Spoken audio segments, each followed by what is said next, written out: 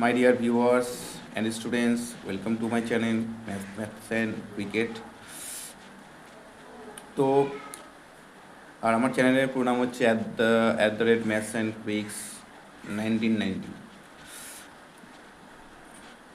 ভিডিওটি সবাই পুরো দেখবে। এটা হচ্ছে আমি ক্লাস 11-এর বাইনোমিয়াল থিওরেমের উপর মানে দ্বিপদ উপপাদ্য SN দের বইয়ের সংক্ষিপ্ত উত্তরধর্মী, যেটাকে আমরা SAQ বলি, শর্ট অ্যান্সার টাইপ কোশ্চেন।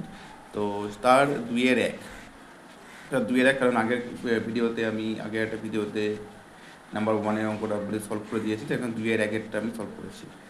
তো দেখতে পাচ্ছ কোশ্চেন, সবাই কোশ্চেন বই খুলে সবাই SN দের বই যেটা বই আছে বই করে দেখে নেবে কোশ্চেনটা। এখানে বলছে x³ + 2/x² 10 এর বিস্তৃতিতে x⁵ এর সহগ কত। তো এখানে প্রথমে আমাদের কী করতে আছে, ধরি r+1তম পদে x⁵ আছে, এটা আমাদের লিখে নিতে হবে যে r+1তম পদে x⁵ আছে। দেন আমাদের কী হচ্ছে, আমাদের টার্ম বের করতে হবে tr+1। এই r+1তম পদটা আমাদের বের করতে হবে। কেন বের করতে হবে? কারণ আমি ধরে নিয়েছি আমরা যে r+1তম পদে x⁵ আছে। tr+1 তোমরা মানে বাইনোমিয়াল থিওরেমের যে থিওরি লিঙ্ক দিয়ে দেবো আমি এই বাইনোমিয়াল থিওরেমের উপরে থিওরি ক্লাস তৈরি করে দেবো, সেটা তোমরা দেখে নেবে। তো r+1তম পদ এখানে হবে 10cr, মানে ফর্মুলা হচ্ছে অ্যাকচুয়ালি NCR, তার কারণ এখানে n মানে 10, তো 10cr। এখানে আর হচ্ছে আমি যে যতগুলো টার্ম হয় তার থেকে একটা এখানে কম হয়, যদি থার্ড টার্ম হয় এখানে 2 হয়, যদি ফোর্থ টার্ম হয় এখানে 3 হয়, এরকম করে। তার মানে r+ মানে এখানে r+1 মানে এখানে r হবে, ঠিক আছে। আর আমরা জানি যে প্রথম যে টার্মটা থাকে তার পাওয়ারে দুটো মাইনাস করে বসে, ঠিক আছে। আর সেকেন্ড যে টার্মটা থাকে তার পাওয়ারে এটাই বসে গেল। এইভাবে আমরা করলাম। এবার এটাকে আমরা ক্যালকুলেট করলাম, 30 - 3r, এখানে আমাদের 2r হয়ে গেল। এবারে আমরা জানি যে পাওয়ারে মাইনাস করতে হয়, পাওয়ারে আমরা মাইনাস করে নিয়েছি, কারণ যেভাবে মানে ভাগ আছে তাই জন্যে ভাগের থাকলে সূচকের নিয়ম অনুসারে পাওয়ারে মাইনাস হয়ে গেল, 2 বসে গেল। আচ্ছা, এবারে আমাদের আলটিমেটলি কি, এটা হচ্ছে আমাদের এই পুরোটা হচ্ছে x⁵, কারণ আমরা লিখে নিয়েছি এখানে x⁵ নেই, r+1তম পদটায় মানে x⁵ আছে, তার মানে এটা হচ্ছে আমাদের x⁵। তার মানে আলটিমেটলি এটাকে বলা যাবে 15। দেওয়ার পর আমরা কি লিখেছি, এটাকে একটু ক্যালকুলেশন করেছি, 3r - 2r মানে 5r হলো।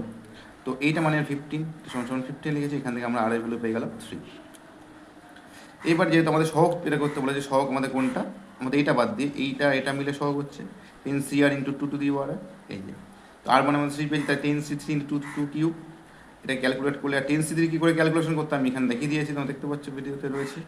এই যে 10 বাই এই দুটোকে মাইনাস করতে হয় 7 × 3 আর 10 মানে 10 × 9 × 8 × 7 তো 7 কেটে যাবে, তো 3 থাকে। আর 3 মানে হলো 3 × 2 × 1, তো 1 তো লিখতে লাগে না, 3 × 2, তো কাটাকুটি করে আমাদের এসছে আলটিমেটলি এটা হবে 120, এটা হচ্ছে 8, 120 × 8 করলে 960।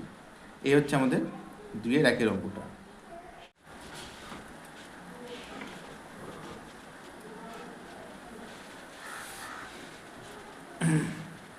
তো নাম্বার 2-এর যে অঙ্কটা আছে তোমরা দেখতে পাচ্ছ, যে অঙ্কটা যেটা দেওয়া আছে x² - 1/x³ 12 এর বিস্তৃতিতে x⁻−11 এর সহগ বের করতে বলেছিল।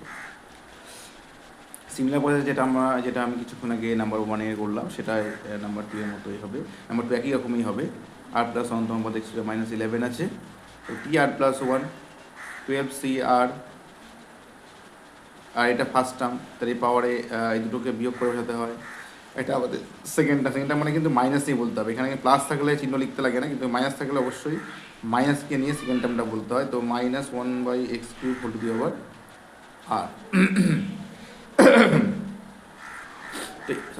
আর তো এই হচ্ছে আমি পাঠিয়ে নিলাম। এবার আমি চলে আসছি, দেখো এরপরে কী করেছে। এরপরে হচ্ছে এটা হয়ে যাচ্ছে, এটা tr+1 12cr, এখানে একটু আগেরটায় ক্যালকুলেশন করা হয়েছে, ওখানে এসছে ক্যালকুলেশন করে। সবাই পারলে ভিডিওটাই পজ করে দেখে নেবে ক্যালকুলেশানটা। তো 24 - 2r, আর এখানে আসছে 1/x⁵, আর যেহেতু এখানে মাইনাস ছিল -1 লিখে আমরা, যেহেতু মাইনাস ছিল একটা, মাইনাস থেকে নিয়ম হচ্ছে যখনই কোনো টার্মে মাইনাস থাকবে সেই মাইনাসটাকে আলাদা করে দিতে হবে, -1 লিখে তার পাওয়ারে যেটা থাকবে সেটাকে লিখে দিতে হবে।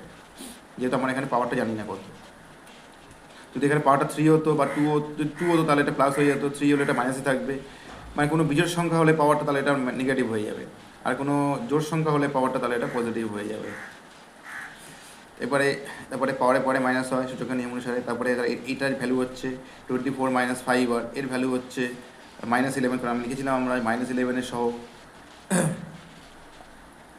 তো -11 এখান থেকে ক্যালকুলেশন করে পাওয়া যাচ্ছে আর ভ্যালু, আর এর ভ্যালু হচ্ছে 7।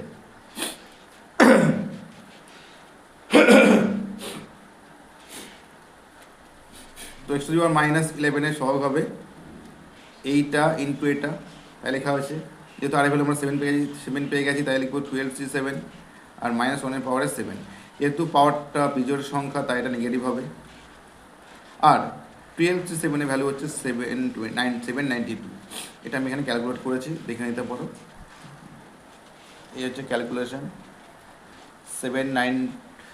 12c7 যে ক্যালকুলেশন সেটা হচ্ছে এটা 792। এই হলো নাম্বার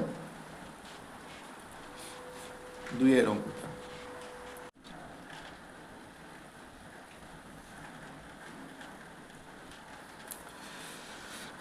যে নাম্বার 3 এর অঙ্কটা সিমিলার অঙ্ক, সিমিলার মেথডে করতে হবে। এখানে বলেছে 1/x², 1/x²কে বলা যাবে x⁻²। সেম লেখা লিখেছি, আর প্লাস অন্তম পদ x⁻² আছে, সুতরাং আর প্লাস অন্তম পদটা বের করে নিয়েছি আমরা একই নিয়মে 6cr। তারপরে এটা ফার্স্ট টার্মে এই দুটো মাইনাস করে বসাতে হয়, এটা সেকেন্ড টার্মে এটাই বসে গেল। এরপরে আমরা কী করবো, এবার হচ্ছে দেখো এখানে কী করা হয়েছে 2^6 -8টা আলাদা করে নেওয়া হয়েছে ইন্টু x⁻318 - 3r, আর এখানে x হবে 2r। আর এখানে যে মাইনাস ছিল আগের অঙ্কটা এখন করার সময় বলেছিলাম মাইনাস থাকলে মাইনাসটাকে আলাদা করে -1কে আলাদা করে লিখে তার পাওয়ারটা বসিয়ে দিতে হবে, পাওয়ারে যেটা থাকবে সেটা বসিয়ে দিতে হবে। এটা গেল এখানে। এবার এখানে এটাকে ক্যালকুলেট করলে 18 - 3r -2r হবে, পাওয়ারে যেহেতু বিয়োগ হয়। এবার এইটা মানে হচ্ছে আমাদের -2 বলা হয়েছিল আগে, এটা -2 বলা হয়েছে, তো -2 হলো। এবার এখানে ক্যালকুলেশন করলে পাওয়া যাচ্ছে আর এর ভ্যালু হচ্ছে 4।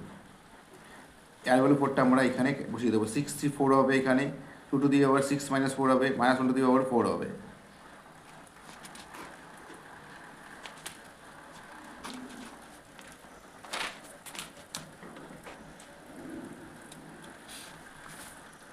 সুতরাং x⁻² বা 1/x² সহগ হচ্ছে 64, 2^6 - 4 -1^4।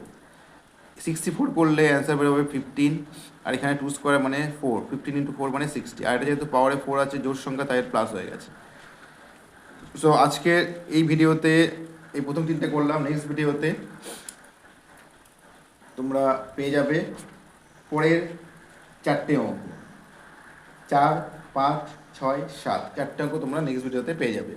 তার জন্য কিন্তু অবশ্যই আমার চ্যানেলটাকে সাবস্ক্রাইব করবে, লাইক করবে অ্যান্ড শেয়ার করে দেবে, যাতে যাতে আমার উৎসাহ বাড়ে এবং আমি যাতে আরও এনার্জি পাই। তোমাদের সাবস্ক্রিপশান আর তোমাদের লাইক আর তোমাদের শেয়ার আমাকে মোটিভেট করবে ভিডিও বানাতে। ওকে, থ্যাংক ইউ, বাই।